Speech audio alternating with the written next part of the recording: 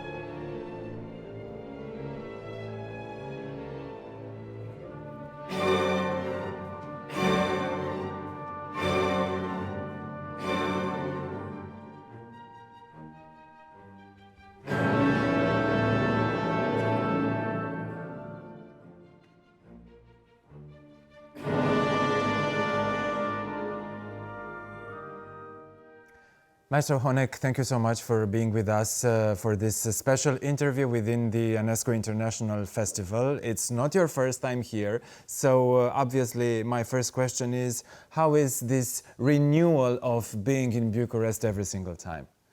Well, it is always an adventure and what a pleasure to be here in the International Enescu Festival. Always when I come here, it is so exciting to see the various soloists and meeting conductor colleagues, orchestras, and at the same time, it's amazing. So for me, feels always you come to a capital town of Bucharest, of Romania, but it feels also a very international town. So this is something for me which I always, every time when I come here, I have the same feeling. You are one of 9 siblings. What did that teach you about life? Everything. To take care, Yeah. to be humble, and also to know that there is a lot of other people around you. And you should also know, when we were grown up, we had no money. I wouldn't say poor, but we could not afford a TV. Or I still remember when I had birthday, I got a chocolate, a simple chocolate, So that was a dream for me. For the whole life. The life was extremely simple. But I'm thankful for this because my father always wanted every one of us to play an instrument. Mm-hmm. So the house was full of music. Even if I would have said I don't want to play an instrument, I could not escape. This music was alive. And so I'm very thankful to my father that he gave us this pleasure of making music.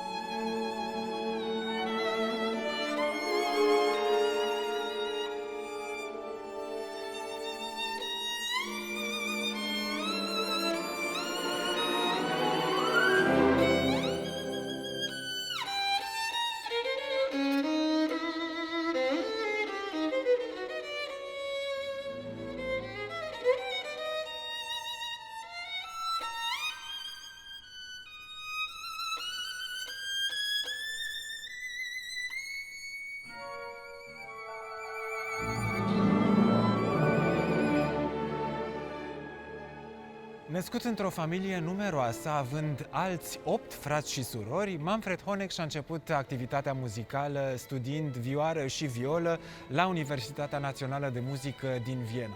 A devenit apoi angajat în ansamblul prestigioasei filarmonici vieneze și îi datorează lui Leonard Bernstein impulsul și lui Claudio Abbado primii pași în activitatea sa de dirijor, fiindu-i de altfel asistent celebrului șef de orchestră italian, chiar la Orchestra de Tineret Gustav Mahler, cea alături de care a concertat la București.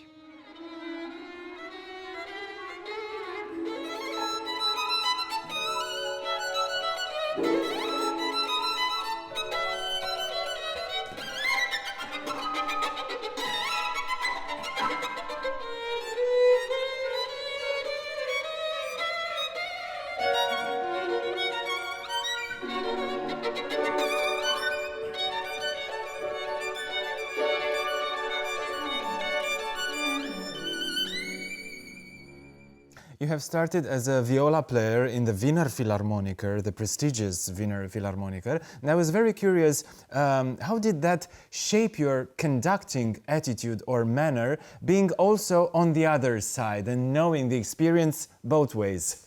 Well, you can imagine that these kind of things are, as a conductor who wants to be on a podium, these are the moments where we have the best school. I was watching all the conductors, Bernstein, Karajan, Carlos Kleiber, Riccardo Muti, Abbado, all these fantastic conductors. I was playing under their baton. And I watched them. I looked what are the specific of them. What makes the difference? That they are top conductors, but also what makes the difference between them. Technique, and also musically. And they were very different. In the end, it came to my mind, be honest on the stage. Make music as you feel as Manfred Honeck. And that was for me actually the most important lesson. Beside all the technique, you can learn a lot, of course, of things, you know, and then the rehearsal technique as well. You know, how do we teach the orchestra, and how do I guide them through a music? What is the inspiration of music? Preparing this interview, I tried to watch and to read as much interviews with you as I could. And I would ask you if asking advice and following the advice of Leonard Bernstein was that pivotal thing that turned you from a viola player to a conductor. He was one of them, but other conductors as well, and also colleagues, by the way, you know, who always gave me some advices to change to conducting. But Bernstein, I asked Bernstein one time about have time after rehearsal, and fortunately he said yes. He was very good to me, actually. 1 hour, I still remember, after a rehearsal, we spent 1 hour in the conducting room in the Wiener Musikverein, and we talked about all these things, what does it mean. In the end, he said to me, if you feel that you should conduct, do it. And then now it's important. If you don't feel you're not ready, don't worry, the next offer will come, because we had an offer to go to Zurich Opera House as a conductor there. But the feeling, and he knew exactly how I felt. If I say no, then I will, next morning when I wake up, I probably will regret it. And he knew that. But I said yes, I did not say no, because I felt I need to conduct, and I want to make music in a bigger scale, you know. And so I was very sure, because my heart was burning all the time for conducting, and even while I was playing. Would you say that switching to conducting was a leap of faith? It could be. It could be, definitely, but it is very important that you stand behind, you know, that you believe in that, what you do. Of course, I had no idea, what does it work, you know, to be in a wonderful orchestra and to give up a job in a wonderful orchestra. Yeah. This is something probably you should not do, really. But you know, the heart and the fire in your body, in your brain, in your soul was so strong that I said, I have to do it. And I still don't regret it. Of course.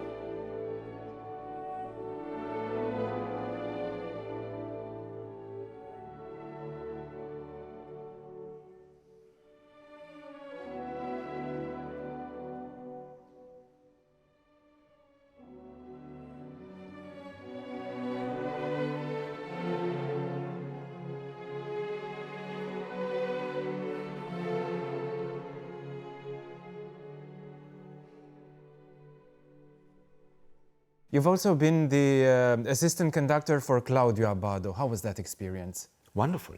It was a great experience for me because I could also talk with him about several musical issues, and I also saw him how he's treating people and how is he managing all of the questions what we deal all the time as conductors.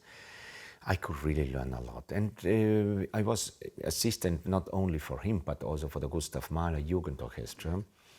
And I still remember, could do a lot of auditions. So I went in that time to different countries with still behind the iron wall. You know, that was for me an experience. You know, to be grown up in a Western part, more or less, and then go to Deutsche Demokratische Republik, to Czech Republic, to Slovakia, to Hungary, to Slovenia, and listening to these wonderful young musicians. And this is an experience I will never forget in my life.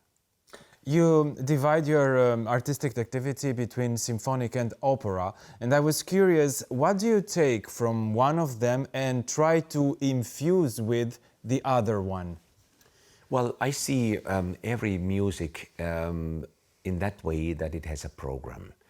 In opera, we have a program automatically because the text and the subject offers that automatically. But symphonies has also a program, and even a single note has a program. And you have to just to ask a question always, what is the sense of that what you are doing? What is the music telling you? And imagination is everything. Carlos Kleiber was always rehearsing with us and speaking about imagination. He had, for every single phrase, he had something to say, not about loud and soft and be together. So no, he gave some ideas, you know, some ideas, heavenly or be play like this hell and so on and so you know. So if this that we are really understood what the content of the music, and that's actually the most important thing. Let's express the music and not execute the music, and that's what I think I learned very much, and this what makes me always more aware of what kind of role a conductor has to and the musician has to do. So it's also a question of particular language for each one of them. I mean, trying to make operas maybe more symphonic where they are required to, or also the symphonies to sound more dramatic, more theatrical when it's also suited. Absolutely. When you have always to see the context, what is necessary. If in opera there is a passage where the orchestra is more important than a singer, so let's do it. Yeah. But sometimes, you know, orchestra has the role of, on the function of a company. So you have to see what is necessary at the moment. And by the way, also not forgetting the regie, the acting, you know, so sometimes it can happen that you have to change something, or ballet, if the ballet company is understanding the music in a different way, let's say tempi, you have to take a little bit different tempi sometimes. It's, I would say in opera you have to be a little bit more flexible in things. In symphonic work, there is no regie, there is no other things which could influence actually the music making. You concentrate on the music. And here is the conductor, and here's the orchestra, and we talk about that. So it's a little bit more simple, but the idea of making music, the idea what is the content, there is no difference between, there is emotions, there is something, precision, technical, being tuned, and all the things, you know, this is the same as in opera as well.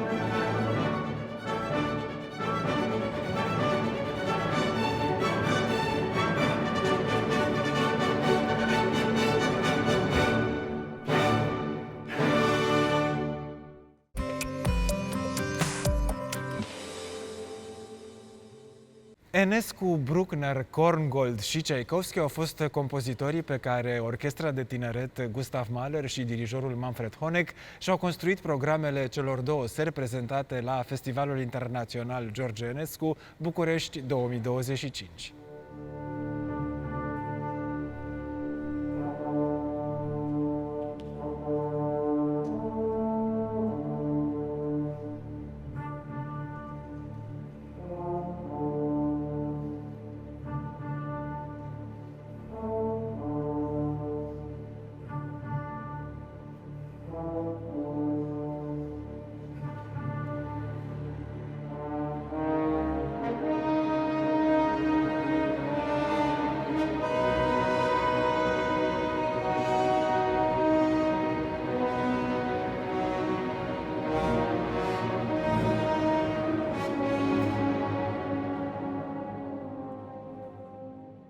Your partnership with the Pittsburgh Symphony Orchestra is one of the longest in recent music history. What makes it so fulfilling for both parts?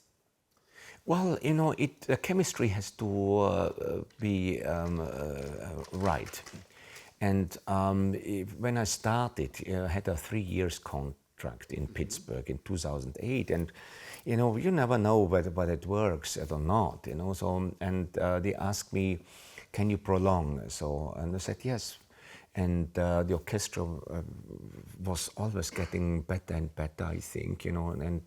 And then they asked me again. So 4 times they asked me, and they asked me now also whether I would be willing to prolong. So it would be over 20 years. Yes. If I do it, you know. Of course, I have to rethink the things. I get older also. But the thing is, you still can give things to orchestras members. You can still make music. And there are, as I heard, more than 40 musicians are new in the time I was there. So I feel like a father for them. And you know, a father doesn't want really to leave the family, you know, if there is no reason. And when they asked me, the orchestra musician asked me to prolong again, you know, I was very touched because it showed me also that the chemistry is right, and they still feel that we can make music together in the right way, out of routine, you know, always be interested in the quality. Yeah, and freshness. Freshness, yes. Your repertoire, both symphonic as operatic, is wide encompassing. Still, and this is a tricky question, of course, everyone has his favorites. If you were to choose between opera and symphonic, maybe 2 or 3 titles for each one of them, could you do that as being really close to your heart? Oh my God, this is a very tough question. I know. And so this is... But I have a very natural admiration, you know, and for me Mozart is definitely the one I would think it is opera and in symphonic as well. So I would say Don Giovanni and Magic Flute, you know. In the opera world, in the Romantic period, I'm a big fan of Carmen also. I like Carmen very much. But also Poulenc, Dialogue de Carmelite, for example, is one of my favorite as well. So, and that does not mean just that Wagner or you just named your maybe closest and absolute most Cavalleria dear. Rusticana, and you know the Verdi's. So. In the symphonic repertoire, very similar to that, I'm a fan of Mozart as well. Mozart Requiem is one of my favorites because I try to make it bringing this in a different relationship with adding some other elements to the Mozart Requiem. At the same time, who can escape Beethoven? It's impossible. But nowadays, I think I have to talk with Beethoven. Okay. Yes. Sorry. That's my son. It was not Beethoven. It is Sean. So, sorry for that. It's okay, no problem. Yeah. Now, in that time, of my age, I am getting closer and closer to Anton Bruckner's symphonies. I discover so many things. As you know, Anton Bruckner is one of the greatest symphonic composers in Austria. He has I would say, the reputation to be an organ player, to be religious, and be the best contraband teacher. But what is very often ignored with Anton Bruckner is his love for folksmusic, the folkloristic elements. This is so interesting with Bruckner. So I discover more and more with him, and that's the reason also why I program Bruckner more and more. And Gustav Mahler is, of course, who is one of my favorites, absolutely. But I think Gustav Mahler without Anton Bruckner would not work. And the same with Beethoven, by the way. You know, so everything has a step, and that building up the same.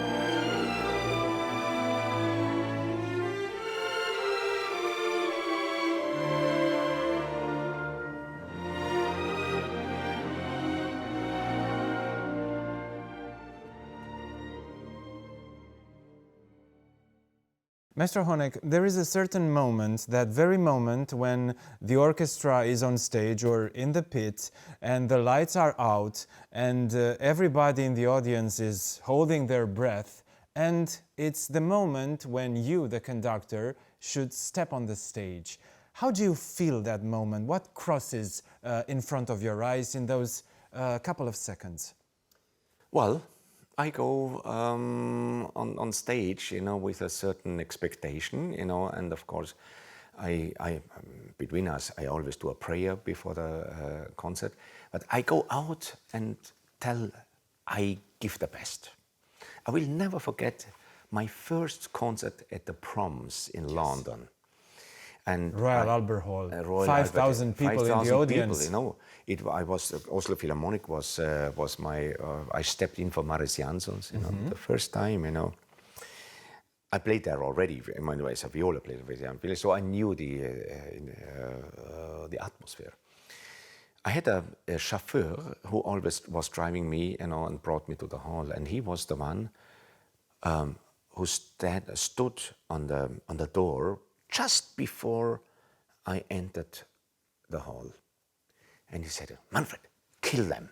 So I was actually so shocked, so in the positive way, It always reminds me, I always go out, bring the best what you can do at the moment, and that's inspires me always. Do you remember what you were supposed to conduct that very night? Mahler 5. Wow. Yes, Mahler Fifth Symphony. That was one of my experience, and as you know, I love Mahler, Gustav Mahler, but I have not conducted Mahler before, so I had to learn in 3 weeks. When I learned that Marius Janssons is ill, I learned the whole symphony, and fortunately, it worked very well.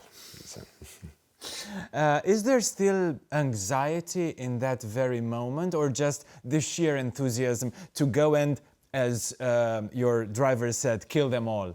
Well, no, of course, the expectation is that everything what you rehearsed will be also in a live concert, but there can sometimes changes also, exciting changes. I must tell you, I ignore completely if somebody makes a mistake sometimes. This is not important. We are humans. But what is very important is at the moment that every musician is giving 120% of that what he can do. And that's the exciting. If I do it as a conductor, the orchestral musician will probably do it as well. If we both are doing that, then the energy behind my back in the audience probably will take over. So that's one of the things we are always. So for me, be there and give everything, and be in the mood, be in the situation, make this very special.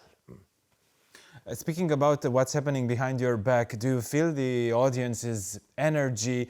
Can they take you out of focus? I don't know, too much coughing, a cell phone, unwanted other noise? Well, I mean, it can happen, that something falls down or a cell phone is ringing, so it happens, but it doesn't change my view, because this is a second where it disturbs, but in the end, it has no influence on me. Cell phones are nowadays a little bit kind of, sometimes a problem. A nuisance, totally, yes. It's, but, we are humans, and should not go apologizing. But I had one time a situation when I was conducting a choir in a rehearsal, and the telephone was ringing, of a singer. So he was, almost turn it off, And then the second time, 2 minutes later, a soprano was ringing. Also, I apologize, And the third time again. So I was very angry. I said, "No, please, can you stop? Can you check your?" And you know what? There was a bag on the side of the wall. Suddenly, a telephone that was ringing again, the fourth time. And I looked at it. it was my bag. So you can see how humble you can be sometimes to the understanding, you know. We want to do the best, of course, everybody should do it off. But this is part, the mobile phone is part of our time. I think it is important for our days that we learn also to get rid of the mobile phones. To live a bit outside of them. So take it away, you know. And a live concert is the best opportunity to do that, you know. So just be 2 hours or 1 hour and then the break taken, you know, take it one time off. It gives you a feeling which is, I think, very healthy for everybody. Just also to feel, even if you need the phone, then you feel, oh, it's like a drug for you. You know? So be careful, you know. You have to learn to get rid of this drug, you know. But that's just to feel to be only here with musician, only with music, and then the music can influence your soul, your spirit. Then music, I would say, you allow the music to tell you something.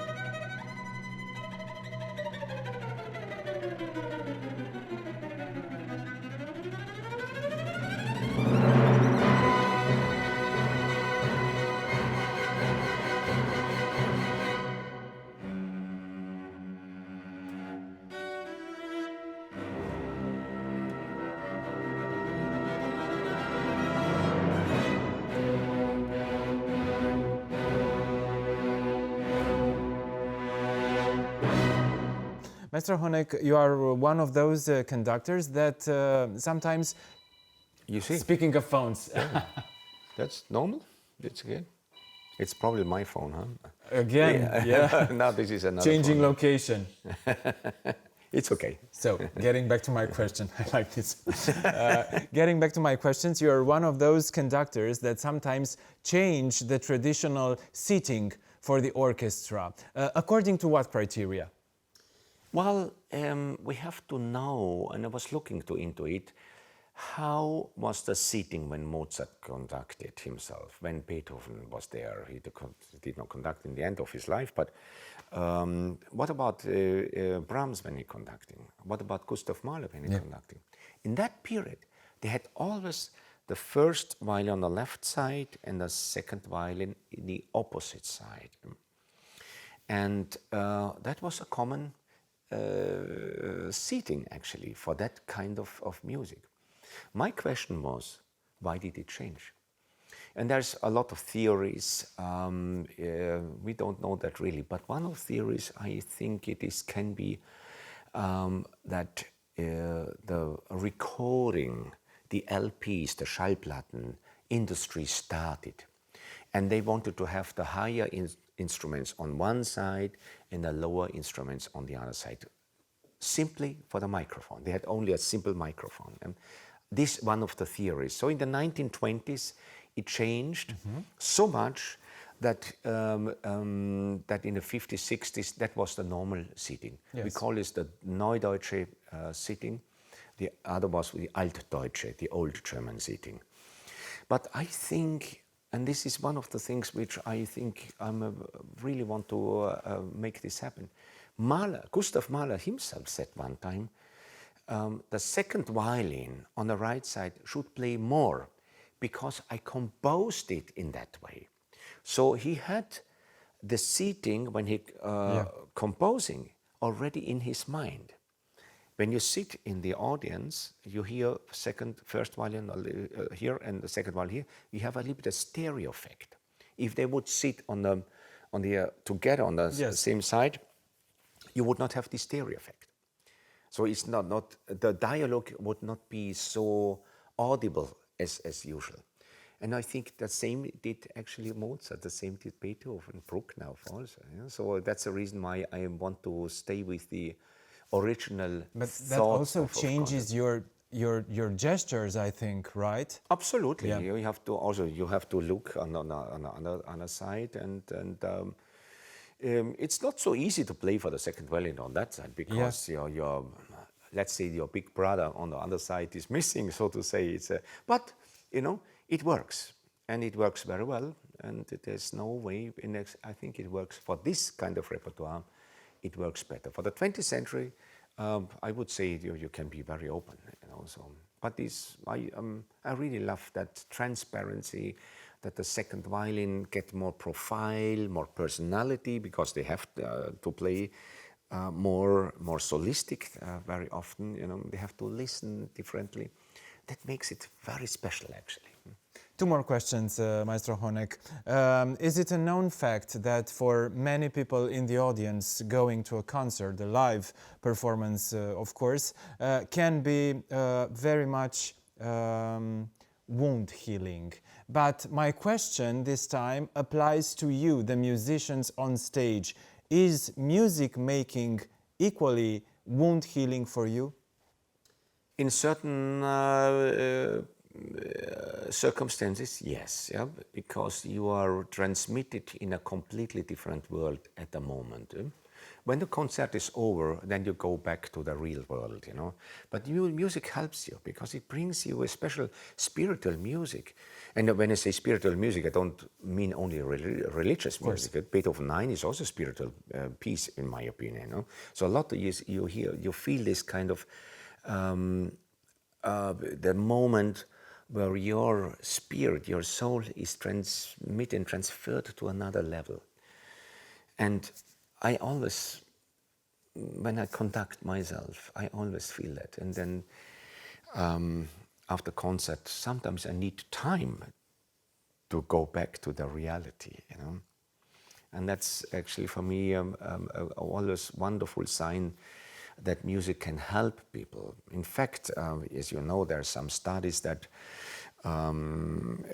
that music was brought into the hospital in the rooms, and they were very interested which kind of music helps to get the healing process quicker. They wanted to find it out. So they did different types of music. And you know what? I think I do. Bach it's the classical and music, Mozart, yes. brought, so everything. So it showed that the healing process with this kind of music is quicker. So it means also, if we have a healing, with these composers it goes quicker, it means also that might be some music which might be stop or doesn't help healing. We have to also answer these questions. I'm very curious to see what the musicologists and scientists say about that.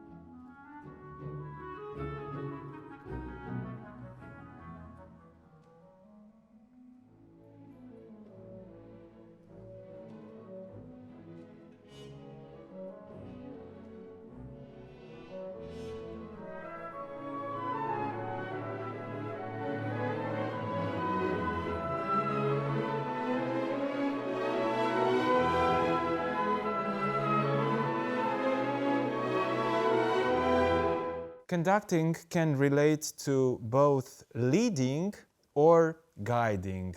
Among these two, which verb do you choose? Actually, I use both words. There is some a reason for that. If you guide people and they are partner, and you show them a little bit the sign to go this way. But if you lead them, you give them more specific ideas.